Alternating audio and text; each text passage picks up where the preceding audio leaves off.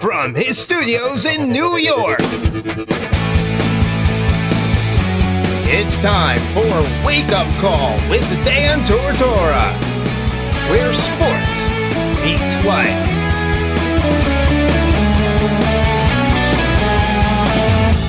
Here's your host, Dan Tortora. Welcome here to Wake Up Call with Dan Tortora on wakeupcalldt.com, your one-stop sports shop, and on mixlr.com/wakeupcalldt. Proud to have you here every Monday through Friday from 9 a.m. to 11 a.m. Eastern Time, and appreciate you tuning in to the broadcast here on Wake Up Call with Dan Tortora on mixlr.com/wakeupcalldt, and of course on wakeupcalldt.com's homepage, where you can pick up the live feed itself as well. So happy morning to each and every single one of you. Hope you guys are having a tremendous day, and I appreciate you being here and appreciate you listening on the airwaves of Wake Up Call with Dan Tortora. As we start off the broadcast, we have a trio of things, or maybe, I would say we have four different things we're going to be talking about today, are four different pieces. We're going to start off with Papa Joe's picks, as we always do here on Wake Up Call with Dan Tortora. So we're going to start off with Papa Joe's picks and talk a little bit of college football as well as the NFL. In the second part of this first hour of the broadcast, we will be discussing Syracuse men's basketball. It is an Orange game day, so we'll be talking about the upcoming game that Syracuse has against Miami. We'll also recap the Syracuse women's team against Miami and how they fared against that. So we'll talk about all of that here coming up in just a little bit, and we'll have one-on-one conversations with the Syracuse Orange men's basketball team assistant coaches Alan Griffin and Adrian Autry, as well as O'Shea Brissett and Buddy Boeheim. So all that'll be coming up in the first hour of the show. And in the second hour, we'll go to the Fantasy Football Power Hour with Mike Sofka of Hall of Fame FantasyFootball.com. We'll speak on a lot of different things, including the upcoming Super Bowl, as well as the Pro Bowl that's going to be down in Orlando, Florida, and everything that's going on with those festivities, the postseason, potential off-season moves, and teams in the most trouble, as well as officiating. So all of that's coming up on today's show. Thank you so much for tuning in. Very excited about this. Going to have some fun. So first and foremost, we have Papa J on the show. Papa Joe, how are we doing today? Good morning, Daniel. Everything's fine. And Papa Joe, first and foremost, just what you can say. I mean, you're down in the state of Florida, and for the last few years here, and this season as well, we have the Pro Bowl down in Florida, down in Orlando. What do you think about it? I mean, do you pay much attention to the Pro Bowl, and what are your thoughts on the Pro Bowl and all the festivities being down in Florida? Oh, I don't pay any attention to it. The game is meaningless. Of course, it's a big feather in the cap for the players that are announced on the teams, but they try not to hurt each other, and it's kind of a scrimmage. There's really not any excitement to it. They're going to throw the ball forever. It's just not my cup of tea. It's kind of like a team walkthrough, so to speak. So, do you pay attention to any of the other festivities and the other? I know they try to get the fans highly involved. So, outside of the game, do you feel that anything else, or is there anything else to the Pro Bowl that you pay attention to? No, I don't, Daniel. It's a lost cause for me. I don't have any interest in it at all in it. So, I thought about some ideas for the Jaguars, of course. There's a couple of them that are going to play there. Now, I've had some thoughts on this and, kind of what they can do with the Pro Bowl. Now, they did change it up a little bit here, so it is in between the NFC and AFC championship games and the Super Bowl, so it's not played after the Super Bowl as it had been played in the past one. We already know who won, and it didn't matter, so now it's played in between in the hopes that that week off from football is not a week off, so that fans that love the NFL and that love football and love sports are going to watch the wild card, the divisional, the championship, the Pro Bowl, and then ultimately the Super Bowl game. So my question to you, and it's something that I came up with before, is essentially getting rid of the game itself and just having a skills challenger or something else that's out there. And what would you think of that? I know they do some different drills and whatnot, but what if they just made it about the fans? What if they just, took the game out of it itself and made it more of a skills challenge? What do you think about that? I mean, should they get rid of the game ultimately? Oh, probably they should. But I like the idea of your skills challenge. That's pretty good. The only problem I see with having the game now as opposed to after the Super Bowl is the players that earn the right that are on the Super Bowl teams won't be able to go to the participate in the game. So I don't much care for that at all. Maybe it's a chance for the families to get out of the cold and come down to Orlando, wherever it's going to be in a warm weather climate. It'll be a lot of fun for the families. I know my family in Milwaukee, it's -4 right now, and I guarantee they'd love to come to Florida to watch a football game in 75-degree weather. So I don't know what else to say about that. The skills challenge is a good idea. Maybe they consider something like that. That coming from Papa Joe this morning inside of Papa Joe's Picks, speaking on the NFL and college football. My other thought is that they make the game mean something. So essentially, and they get rid of the all-star sense of it, so to speak. So this is my idea. I've jokingly called it the toilet bowl, but hear me out. So the two worst teams in the NFL face off against each other in the rights to have the number one pick in the NFL draft that comes up. So essentially, what we'd be talking about here is right before the Super Bowl, so right before the two best teams face off against each other, we have the two worst teams faced off against each other. So Arizona and San Francisco would play a bonus game at a neutral site that could be Orlando. The winner of that game gets the number one pick in the draft. Then there's actually some value to the game. That's a good idea. Although I don't think that San Francisco is one of the worst teams in the league because of Jimmy Garoppolo. Of course, he didn't play this year, but they'd be sort of like sandbagging that. San Francisco is a good team, and they'll be a heck of a lot better with Garoppolo coming in next year. Yeah, no, I mean, obviously they have been hurt by injury, hampered by injury. The thing that I find very interesting in the grand scheme of things here is that, a lot of the teams that were drafting earlier on and getting quarterbacks and trying to build their franchises up again are back in the early part of this draft. The Buffalo Bills, who just got Josh Allen, the New York Giants, who just got Saquon Barkley, the Jets, who got Sam Darnold, the Arizona Cardinals, who got Josh Rosen. Just what do you think about the state of some of these franchises? I mean, Arizona gets their quarterback, who they want their guy to be. They draft Christian Kirk, a wide receiver as well. They have David Johnson, and they've had some success on the defense, and yet here they are struggling. San Fran gets their golden boy in Jimmy Garoppolo, and here they are in the top two draft picks. The Jets get Sam Darnold, and now they have a new head coach, and they're right back at the beginning of the draft as well. And, the Tampa Bay Buccaneers, who have consistently struggled, the Giants, the Bills, the Lions, who have been up and down. These teams are all back in the early part of the draft. What are your thoughts on that? Well, these guys are under the gun to win and win quick, which is what we saw last year when all of these first-round draft picks got to play, including Lamar Jackson later in the year. I think they put caution to the wind when they do that. I know Rosen is not a very he's not a very muscular guy. He's kind of a spindly kind of guy. These kids can get hurt, and I don't know if you should go ahead and do something like that. I've always been in the favor of sitting a quarterback at least a year, like what they did at Kansas City. Mahomes watching their quarterback there. That seems to be a little bit more prudent. You have an investment with these guys, and I don't know if you go around throwing them into the caution to the wind and throwing them right in there against 350-pound guys that are going to kill you. So I don't much care for that. I'd like to see them. I'd like to see them matriculate, go through the process, learn, and instead of being thrown right in there. Then you got guys like Mayfield and Darnold who just are awesome. They just come right in and just start flinging it around. So I guess it's all depends on their intellectual ability to facilitate the game the way they've been taught over the years and what their coaching staff is telling them now. Yeah, so we're in a situation right now where these teams are trying to be effective, trying to learn, trying to grow, trying to advance, and some of them are going through these growing pains that ultimately continue. And I think, Arizona above everybody is going through this because they had a coach for a year. They got rid of him.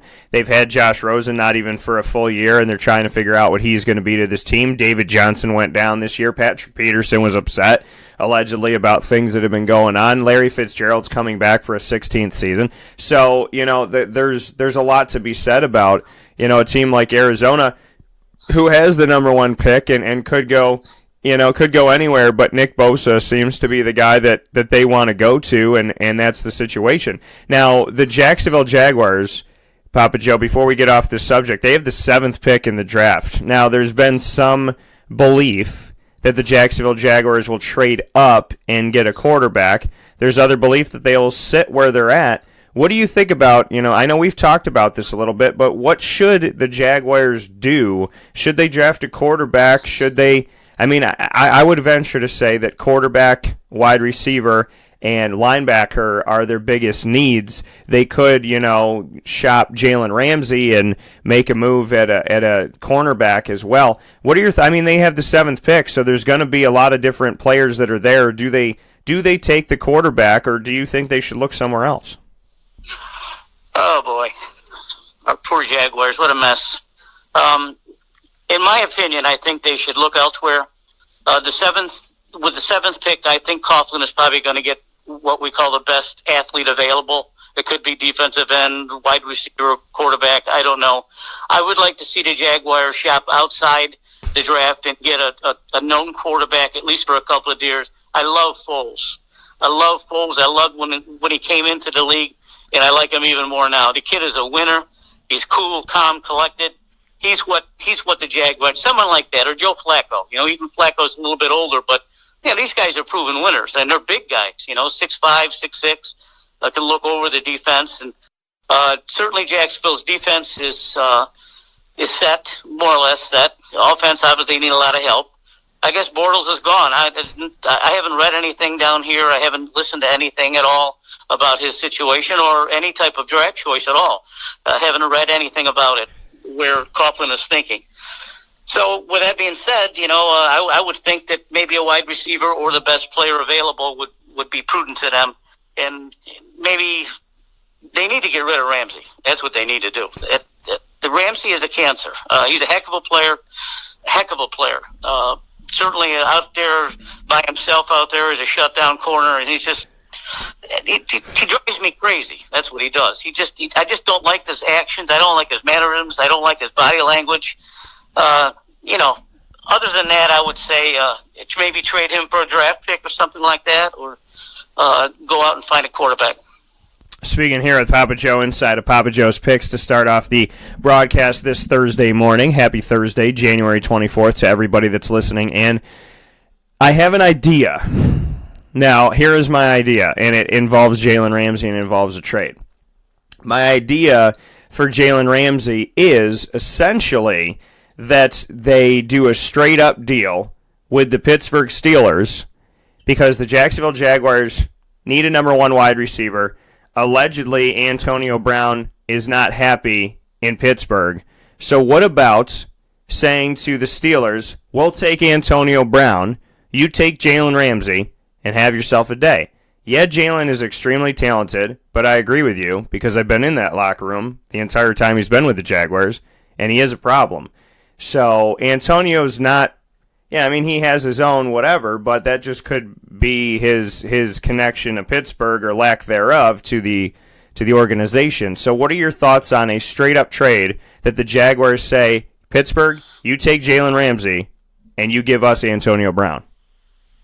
I don't like that, Daniel. I don't like Antonio Brown either. His body language and mannerisms leave a lot to be desired. He's playing with arguably a Hall of Fame quarterback. And if he's fussing about what's happening up there and you trade him to Jacksonville where they have no quarterback, I think he would probably, if he has the wherewithal, to veto a trade like that because he doesn't know who's going to be thrown to him in Jacksonville. I think Brown is just as big of a problem as Ramsey is, and I would stay away from both of those guys. So if you're Jacksonville, are you trading essentially for picks? I mean, that's the other idea that I brought. I mean, I think Jalen Ramsey can get you 2 number 1 picks. I think that or 2 first-round picks, I should say. I think he could get you a first and a second. So is that what you look at with Jalen Ramsey? Do you trade him for picks and to free up some money? I mean, what are your thoughts on that? I mean, is there any receiver out there that you feel like would be a good situation? Because a lot of these guys are locked up, the T.Y. Hiltons and the DeAndre Hopkins of the world, and a lot of these receivers that are the Devontae Adams, they're all locked up. So do you essentially, if you're Jacksonville, look for draft picks at this point? Absolutely. I think that's the way Coughlin likes to go, and has proven in the past that it's successful. I think he's got to go on the offensive side of the ball. I think you're right there. A couple of picks for Ramsey wouldn't be all too bad. Maybe a first and a second, or a couple of seconds, or whatever. You have to find a dance partner for someone like Ramsey. There could be another hardline coach out there that doesn't want anything to do with him, and their GM is saying, "Listen, we got a shot to get Ramsey for a couple of picks." And the coach would say, "I don't want nothing to part with that guy either." So it'd be hard to find a partner for Ramsey based on what he's shown. I have to say this up front. I said he's a heck of a talent. He's a wonderful, wonderful, wonderful talent, but he's not worth keeping, and I think it's worth draft picks. Yeah, so I mean that's something that Jacksonville will have to look at as time comes up here. I think keeping him on the team for another season is just going to create more issues, and ultimately I think it's going to hurt the team, even if it helps the team. Speaking here with Papa Joe this morning, Papa Joe, I want to stay down in the state of Florida, and I want to ask you about a head coach that spent probably easily maybe 3 days. On Wikipedia, it says he was the head coach for 32 minutes. Other people are saying 3 days. Manny Diaz, when Mark Richt decided to retire from coaching the Miami Hurricanes, Manny Diaz was his defensive coordinator. Well, Manny Diaz had already agreed to a deal to join the Temple Owls to be their new head coach when Jeff Collins, who spent a lot of time on the show, had moved on to Georgia Tech. So Manny Diaz goes up to Philadelphia, and I don't even know if the plane even landed before they called him back home and said, "Guess what, Manny? You're going to be the head coach of the Miami Hurricanes." Have you ever seen a situation like this, known a situation like this, where somebody could be the head coach for about 57 seconds before ultimately they're back where they were before? Well, it's certainly not a way you want to go. I remember what Josh McDaniels did to Indianapolis. That's probably the only thing that reminds me of it. I don't know. I guess there's not a man's word isn't what it's used to be anymore. Of course he doesn't want to come to Miami. But he took the job at Temple, and I guess they figure something out. And I don't know. That's a tough call. I look at a man and I look at a person or a woman or whoever, and I take that person for the word and how they profess themselves. And I would say that if you're going to be my coach, and 2 days later you're going to leave, I lose all sorts of confidence and respect for a person like that. Yeah, I mean, and if you're Temple, I mean, here's the thing that I find hilarious above all this stuff is that allegedly his buyout was $4 million. So you have this guy on your staff, you let him go, he goes to Temple, and you got to spend $4 million to get him on a flight to come back home. I've seen expensive flights before, Papa Joe, and I've seen first class before, but I've never heard of a $4 million flight. So, I just find it very interesting that Miami, and I guess if you got it, flaunt it. If you could spend it, go ahead. But essentially, they're spending $4 million to bring a guy back that they had 2 weeks before. That's true. A lot of people don't realize this, but Miami is a private institution down there. They don't have funds from the state of Florida, so I guess they're heavily endowed. And if they can spend the money that way, more power to them. Yeah, I guess so. I mean, in the situation that they were in, to do something like that is pretty intense and pretty crazy, but that's where they're sitting at right now, is that they have the ability to do that. Speaking here with Papa Joe on college football as well as the NFL this morning, Papa J, we were talking about transfers and, the things that are going on with the overabundance of transfers out there. The the desire for somebody to jump ship. And it's not just happening in football, it's happening in basketball as well. Virginia Tech's quarterback just said Josh Jackson, who had been their starter the last couple seasons, he said he's transferring now. Deshaun McCleese, their running back, said he wants to transfer out of the program. They've been in the program for a while here, so they get added to the transfer tracker. And we already have seen, I believe, 14 different quarterbacks that have moved on. We look at James Gilbert, running back, who's gone from Ball State to Kansas State, and a bunch of other wide receivers. A.D. Miller's going from Oklahoma to Illinois. Jonathan Nance is leaving Arkansas for Missouri. K.J. Osborne is leaving Buffalo for Miami, and so on and so forth. Syracuse has a guy, Devin Butler, that's jumping out of here. It's happening all throughout college football, Division I-A, FBS, and it's happening at every position. What are your thoughts on the rampant transferring to the point where we now have to have a transfer tracker so that we can keep track of all of these people? I mean, we're looking at, probably the sheet I'm looking at right now has at least 50 different players on it, from defensive back to linebacker to defensive line, O-line, tight end, wide receiver, running back, and quarterback. All of these positions shifting with these players going to different places. What are your thoughts on it?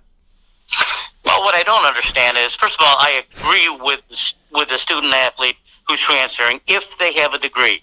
What I don't understand is if they're a redshirt junior or something like that, where perhaps maybe they haven't got their degree, are they lumped in with the ones that have a degree? Certainly, if you have a degree and you've paid your dues at your school and you want to go somewhere else, I don't have a problem with that. But I don't know about what the red shirts, are they lumped into that situation too? Because if that's the case, then it's even going to get worse. It should stay with graduated, in my opinion, it should stay with graduated players.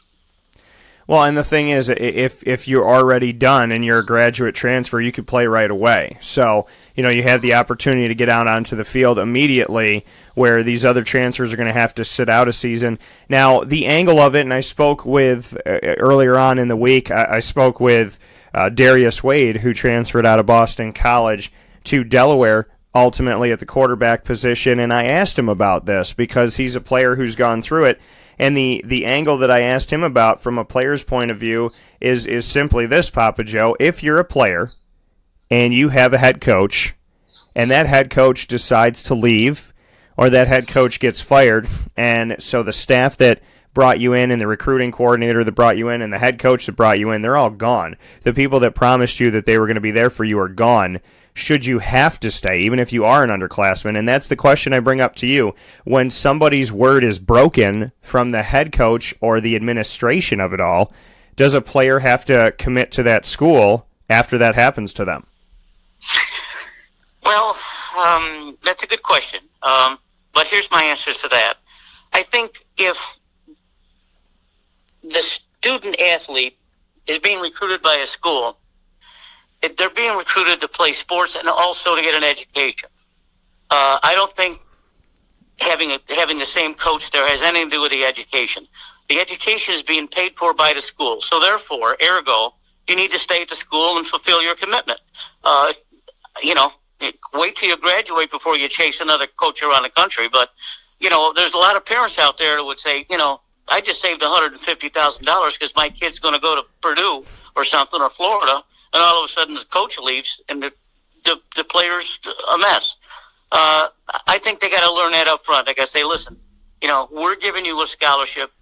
We're going to get you educated, and for that exchange, you're going to play football, regardless of the coach. Well, and that's the thing is that, some of these players feel no connection. And then you ask yourself, what does it have to do with academics? We talk about the student athlete. Do you think that that's a term that is used almost disrespectfully at this point because, it is so much about sports and schools are so driven about sports and a lot of the money that they bring in has to do with sports. So, in your, especially down in the South. So is your mindset with this now that we should stop calling them student athletes because, the focus is on the athlete side of it, or maybe we should call them athlete students? What do you think about the term student athlete? Oh, I think that's probably going to be passé in another 5 years. It's going to be gone. I wouldn't be surprised in the next several years that they wind up paying the kids some type of stipend plus the scholarship to go to school. It's a very expensive minor league that they're fooling around with now. I don't like it. I don't like where it's going, and I keep stressing this when I would talk about this, that I enjoy reading about and listening to the student athlete who's already got a degree and then wants to move on. To me, that's the key. You're going to get a degree. In basketball, it's a joke. They go to school for a half a year in their freshman year, and that's it. Then they go to the NBA. So, there's no emphasis there at all. It's a mess, and it's going to get worse.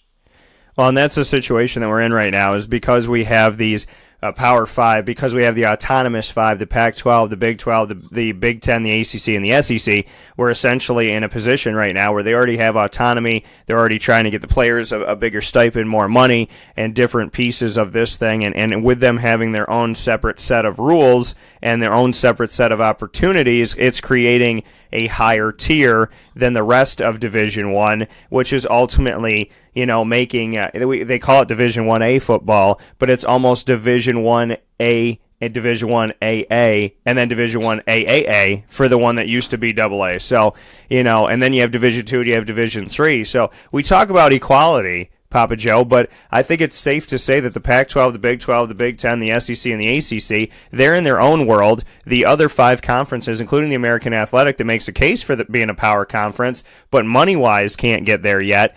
They're on the other side of things. So, I mean, what should ultimately happen? Should the Power 5 create their own essential league and then have the other 5 conferences create theirs and then still have D2 and D3? I mean, should the group of 5 that's outside of the Power 5 create their own playoff? I mean, how do you see this right now? Because it just looks like, inside of Division 1A FBS football, it's those 5 conferences and little emphasis on anybody else. They have a different set of rules. They have a different money pool. So where do we go in the future? Do we split up Division 1 even more so, or what do we do? Well, I think you said the magic term, and that's money. The schools, the conferences you just named, are all heavily endowed with money. A lot of them, a lot of money. So they're gonna set the rules. They're gonna set the standards. What I would like to see is the playoff expand to six teams and maybe include a team outside of the Power 5. I think that would appease everyone, and maybe have them tap into some of that money too. Some of these, especially UCF, someone who would qualify for the playoffs are going to get a little stipend from the pool. So I don't have a problem with that. I think it should be 6 teams, but the Power 5 and the teams they're in, they run the show, and it's all money, all money.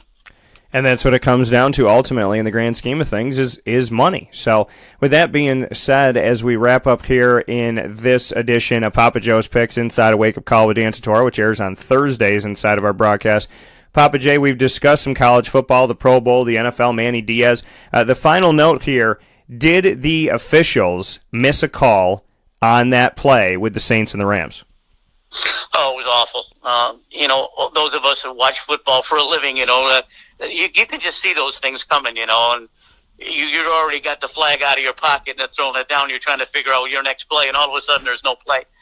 I've said this before, and this is not has anything to do with ageism, of which I'm a part of because I'm old.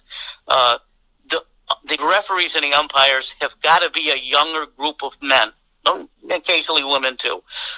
They've got to be able to follow the game quicker, faster, and make quicker decisions. Our umpires and referees now, they do a good job as they can, but I think they're really restrained because of their physical activity. They can't seem to get into it and see these things quickly. The game is so violent and so fast, it scares you sometimes.